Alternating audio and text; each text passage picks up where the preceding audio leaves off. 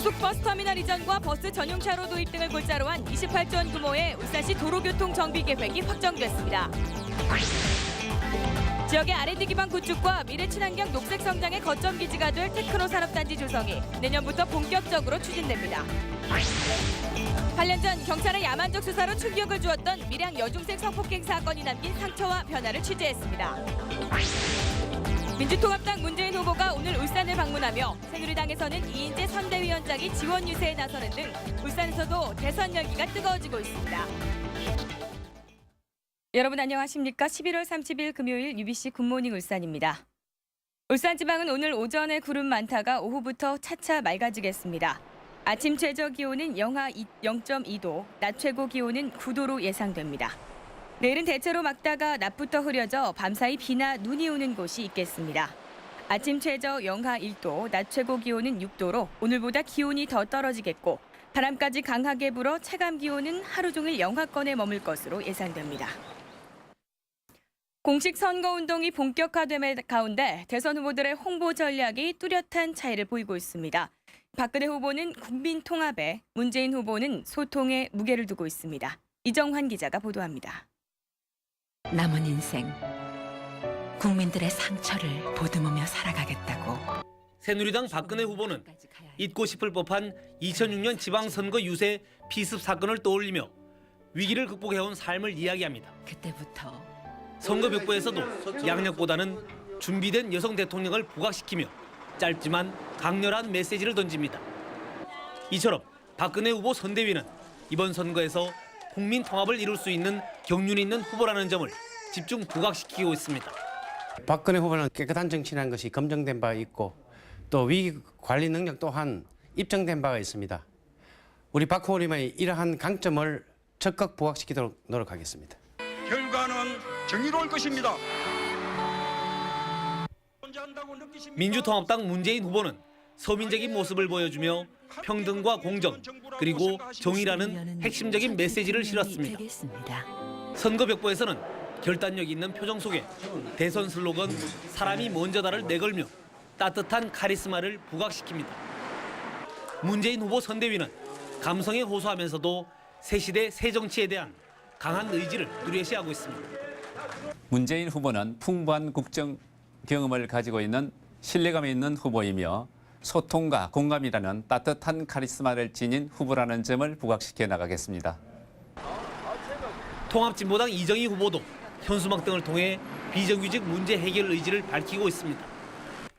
경륜과 국민 통합을 내세우는 박근혜 후보, 소통과 동행을 강조하는 문재인 후보.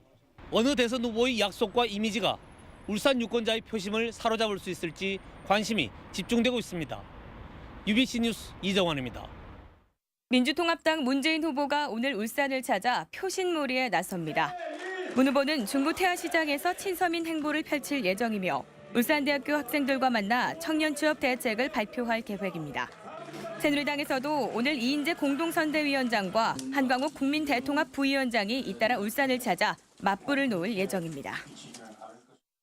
2031년까지 28조 원을 투입해 울산의 교통지도를 확 바꿀 도시교통정비 계획을 확정했습니다. 외곽순환도로 등 62개 도로가 신설 또는 확충되고 고속버스 터미널이 시 외곽으로 이전됩니다. 윤경재 기자입니다. 남구 삼산동 버스터미널. 도심 한가운데 위치해 버스와 차들이 엉키면서 극심한 교통체증을 야기하고 있습니다. 울산시가 고속과 시외버스 터미널을 2021년까지 언양이나 북구권으로 이전하기로 했습니다. 외곽 순환도로도 대폭 확충됩니다. 북구 강동부터 경부고속도로 가칭 부글산 IC를 바로 잇는 외곽 순환도로가 건설되고 덕하역에서 밀양 삼랑진역을 잇는 철도도 건설됩니다. 타 지역 이동에 불편을 겪었던 외곽 주민들은 반기고 있습니다. 고속도로까지 나가는 게 시간이 많이 걸립니다. 저희들 봤을 적에는 빨리 이 도로가 개설을 좀 했으면. 울산대교와 연결해 남구와 동구를 잇는 동서도시고속도로와 오토밸리로와 연계해 북구를 가로지르는 동부도시고속도로 등 도심 속 주요 물류 산업로 역시 대폭 확대됩니다. 2031년까지 무려 62개의 도로가 새로 만들어지는 건데 핵심은 녹색 교통도시 구현입니다. 현재 울산의 대중교통 분담률은 17.1%지만 도시철도 등을 만들어 이를 10% 올리고 자전거 등 녹색 교통수당 분담률은 31%까지 끌어올린다는 계획입니다. 한마디로 도심은 대중교통과 자전거를 이용해 녹색 교통을 구현하고 외곽은 순환도로를 만들어 차량 소통을 원활하게 하는 데 초점이 맞춰진 겁니다. 도시교통정비계획은 국토해양부의 심의를 거쳐서 고시 확정되게 됐습니다. 앞으로 2031년까지 단계적으로 28조 원이 들어가는 이번 계획은 울산의 미래교통망에 획기적인 변화를 줄 전망입니다. UBC 뉴스 윤경재입니다. 사업 타당성을 놓고 논란이 많았던 테크노산단 조성이 내년부터 시작될 전망입니다. 테크노산단은 첨단 복합산업단지인 만큼 지역 연구개발 기반 조성에도 기여할 전망입니다. 서영만 기자입니다. 울산 테크노산단이 사업 시행자인 산업단지공단의 투자사업심의위원회를 통과했습니다. 이사에 필요하면 이사에도 상정을 하고 그렇게 되면 산업단지 개발 신청을 해야 됩니다. 사업 시행자라는 건 저희 산단공이거든요. 산단공은 당초 경기 침체 속에 3,900여 원을 투입해 테크노산단을 조성하는 것에 대해 다소 회의적이었습니다. 그러다 이번에 국가기관산업 고도화 차원에서 필요성을 인정해 테크노산단 조성을 전격 결정한 겁니다. 대한민국의 경제산업 수도가 울산인데 이것을 정부가 절대 소홀히 해서는 안 된다고 하는 부분을 몇 개월 동안 끊임없이 설득하고 이해를 구한 오늘의 결과물이라고 생각합니다. 사업 추진이 늦어질 경우 각종 연구소 유치에도 차질이 불가피했던 만큼 울산시도 크게 반기고 있습니다. 건막에 그런 게 조성이 돼가지고 울산 주력산업 고도화하고 신성장 동력산업에서 굉장히 결정적인 기여를 하게 되죠. 테크노산단은 2015년 말 준공을 목표로 남구 두항동 이런 179만여 제곱미터 부지에 들어서는 특화된 첨단 복합산업단지입니다. 울산시는 이곳에 융합 부품 소재, 신재생 에너지 생산 시설과 연구 시설을 갖춰 미래 친환경 녹색 성장의 거점 기지로 활용한다는 구상입니다. 산단공의 이번 결정으로 교통 환경 영향 평가에 이어 토지 보상이 순조롭게 진행된다면 내년 하반기쯤 공단 조성이 본격화될 것으로 보입니다. UBC 뉴스 서영만입니다.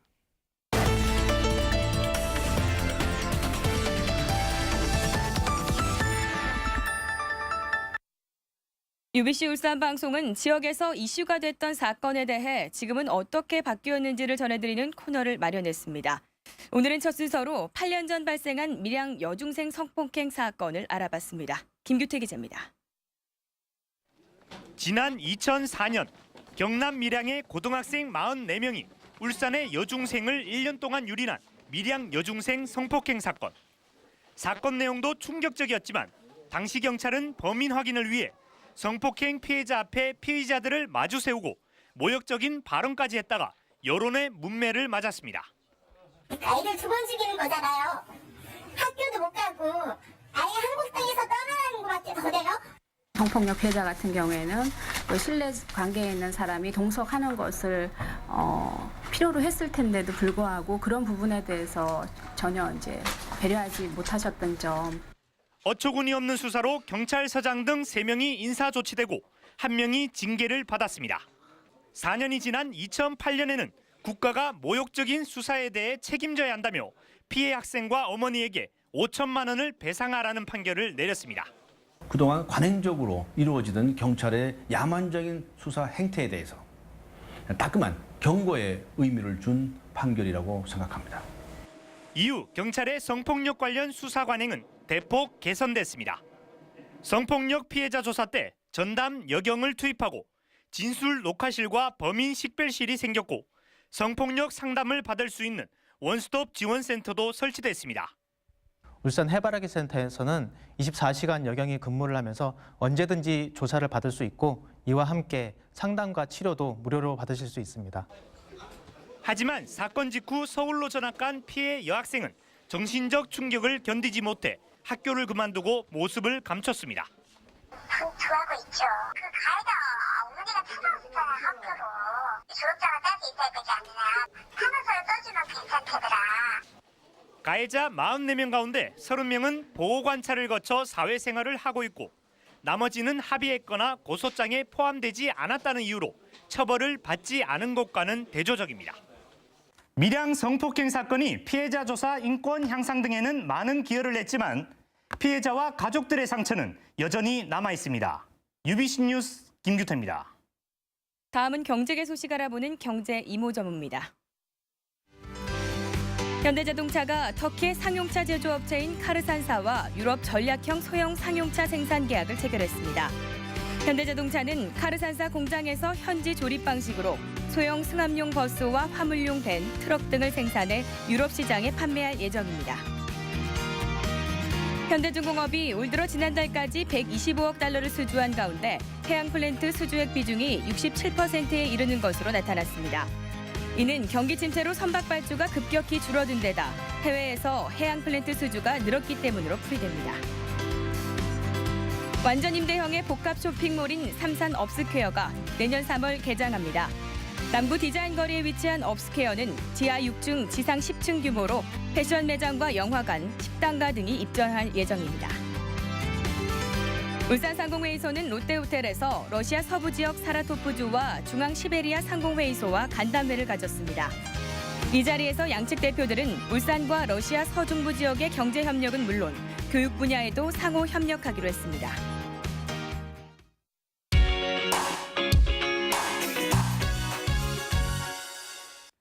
(5.18) 민주화 운동을 소재로 한 영화 26년, 그리고 청소년 성범죄를 폭로하는 Don't Cry Mommy 등 이번 주 극장 가는 실화 소재 영화들이 대거 선보입니다. 그런가 하면 최악의 음치와 스타 강사가 좌충우돌하는 코미디도 개봉했습니다. 1980년 5월의 광주. 그 후 26년 뒤 공통 분모를 가진 세 사람이 한자리에 모였습니다. 국가대표 사격 선수와 현직 경찰 등 5.18 민주화 운동 희생자 2세인 이들은 학살의 주범을 단죄하는 작전에 돌입합니다. 인기 만화가 강풀의 웹툰을 토대로 한 영화는 제작부터 상영까지 6년이 걸려 시민들의 성금으로 완성됐습니다. 남편과 이혼하고 새 출발을 준비하던 유림은 하나뿐인 딸이 같은 고등학교 남학생들로부터 끔찍한 일을 당했다는 사실을 알게 됩니다. 하지만 가해자들은 미성년자란 이유로 처벌을 받지 않고 충격에 시달리던 딸이 목숨을 끊게 되자 엄마는 복수를 다짐합니다. 가해자가 미성년인 밀양 여중생 성폭행 사건 실화를 소재로 한 영화는 피해자 가족의 시각에서 풀어나갑니다. 엄마에게 물려받은 모태 음치 동주는 친구들의 놀림을 받고 음치 클리닉을 찾습니다. 온갖 장애를 가진 음치들을 과학적으로 치료했다는 스타 강사. 난생 처음 발견한 음치 말기 환자의 등장으로 인생 최대의 위기에 처합니다. UBC 뉴스 이영남입니다. 울산의 기초학력 미달 학생 비율은 1%로 전국 16개 시도 가운데 충북에 이어 두 번째로 낮은 것으로 나타났습니다. 국가 수준 학업 성취도 평가 결과에 따르면 울산은 기초학력 미달 학생 비율이 초등학교 6학년은 0.6%로 전국 8위, 중학교 3학년은 1.6%로 두 번째로 적었고 고등학교 2학년은 1%로 전국에서 가장 적었습니다. 향상도가 높은 학교로는 동구화암고가 전국 8위를 기록했고 울주군 구영중학교가 수학 부문에서, 천상중학교가 국어 부문에서 각각 100대 우수 학교에 포함됐습니다. 임대아파트 분양 전환 가격을 놓고 북구 평창 리비에르 아파트 입주민과 평창건설 파산 관제인 간의 소송에서 대법원이 주민들의 손을 들어줬습니다. 대법원은 당초 북구청이 분양 승인한 금액으로 분양 전환하고 주민들은 소송 비용의 3분의 1만 부담하라고 판결했습니다. 이에 따라 입주민들은 최근 합의한 금액보다 1,000만 원가량 적은 북구청의 분양 승인 금액만 지급하면 분양을 받을 수 있게 됐습니다. 울산지법은 뇌물수사 대상에 오른 한수원 감사실 간부에게 검찰의 수사 무마를 부탁해준다며 6천만 원을 받아 챙긴 납품업자 66살 이모 씨에게 징역 4년에 추징금 1억 2천만 원을 선고했습니다. 재판부는 지난해 4월 한수원 감사실 간부 김모 씨에게 납품 청탁을 하면서 돈을 건넨 이 씨가 1년 뒤 입장이 뒤바뀌어 김 씨가 검찰 수사를 받자 수사 관계자에게 부탁하겠다며 김 씨에게 6천만 원을 뜯어낸 점이 인정된다고 밝혔습니다. 법원은 또 이 씨와 뇌물을 주고받은 한수원 간부 김 씨에게는 징역 1년 6개월에 집행유예 3년, 벌금 2천만 원과 추징금 1,300만 원을 선고했습니다. 울산 지역의 경기 침체 국면이 당분간 지속될 것으로 전망됐습니다. 한국은행 울산본부에 따르면 이달의 제조업 업황지수는 68로 전달보다 3포인트 떨어졌고 다음 달 전망지수도 또다시 2포인트 하락했습니다. 비제조업 업황지수도 이달에는 3포인트 상승했지만 다음 달에는 1포인트 떨어진 73으로 조사됐습니다. 업종별로 제조업의 경우 불확실한 경제 여건이, 비제조업은 내수 부진이 가장 큰 애로 요인으로 꼽혔습니다.